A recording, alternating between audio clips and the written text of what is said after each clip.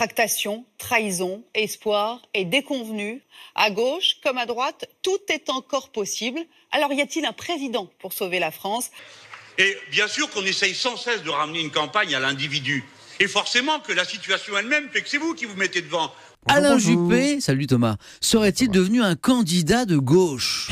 Il y a tous les commentaires actuellement autour de la primaire de la droite vont bon train sur ces sympathisants de gauche qui pourraient aller voter en nombre à la primaire de la droite. Vous entendrez François Hollande qui entretient le suspense sur sa candidature. C'est bien sûr l'une des inconnues à 7 mois du scrutin. Oui, il y a trois personnages qui se sont croisés et recroisés dans l'actualité au cours de la semaine écoulée. C'est chronologiquement le premier, c'est François Hollande, avec son énorme bourde dans le livre de nos deux confrères du Monde. Mais c'est pas qu'une bourde quand il dit que l'institution judiciaire est d'une grande lâcheté. Je pense qu'il y a une arrière-pensée politicienne, encore une fois, c'est-à-dire d'aller pêcher sur les terres de la droite et de l'extrême droite, qui n'a cessé de stigmatiser la justice comme étant laxiste. Et je pense que malheureusement, il a voulu plaire encore une fois à cet électorat et voilà, il s'en mord sans doute les doigts et c'est devenu une bourde, mais qui était quand même, je pense, un petit peu intentionnelle. Je lui donne en tout cas ce crédit de vieux briscard de la politique qu'il est.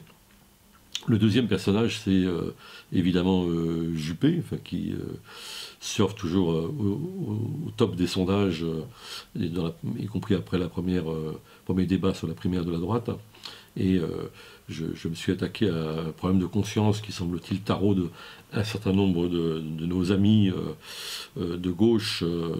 Faut-il aller voter Juppé primaire? Alors bon, d'abord, moi je dois dire que je ne dirais pas que je m'en fous un peu, mais c'est quand même un peu ça, c'est-à-dire que je ne pense pas que ce soit une grande question qui mérite des anathèmes et des jugements sévères sur ceux qui vont décider ceci ou cela, et je parle pour moi j'irai pas.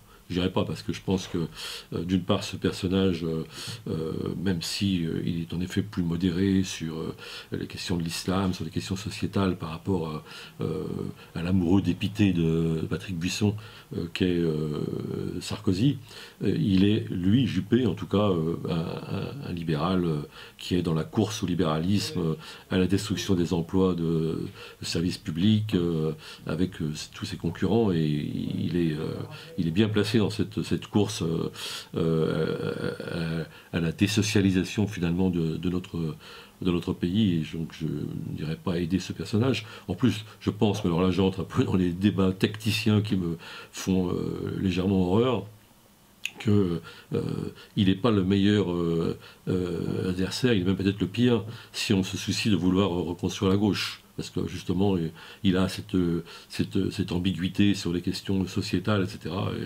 finalement, la gauche aura peut-être mieux à se reconstruire face à des personnages qui sont plus musclés comme Sarkozy, si j'ose dire.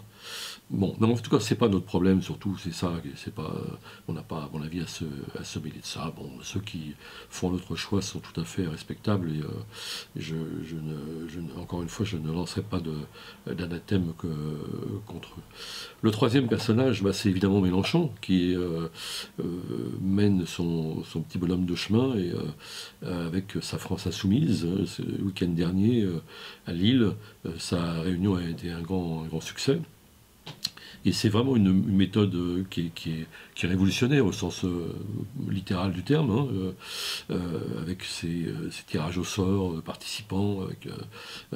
Parce que moi, ce qui m'intéresse, c'est pas tellement les revendications, le programme, la retraite à 60 ans, les 32 heures, etc. Bon, c'est un peu en rase gratis, et nous, on est ravis de ça. Mais ce qui m'intéresse le plus, c'est quand même la démarche. C'est la méthode qui est très, très intéressante et qui, elle, est vraiment révolutionnaire au sens constituante du terme, c'est-à-dire en référence à la Grande Révolution, avec une application des citoyens dans la définition du programme, dans la définition de la Constitution sans doute. Et tout ça est très fort et tout à fait passionnant et vraiment en rupture. Et bon, alors il y a toujours cette ombre au tableau que je n'arrête pas de dénoncer, qui est cette indulgence qu'il manifeste à l'égard de Poutine en Syrie et ailleurs, et ça je ne comprends pas, parce que ça me semble totalement contradictoire avec son discours sur citoyen, démocratique, etc. Poutine n'étant pas du tout un modèle de démocratie. C'est aussi la question syrienne, mais c'est également, et peut-être encore plus, le rapport que chacun entretient avec le pouvoir. Bon. Voilà donc nos 3 personnages de la semaine, si j'ose dire, hein, à des degrés divers.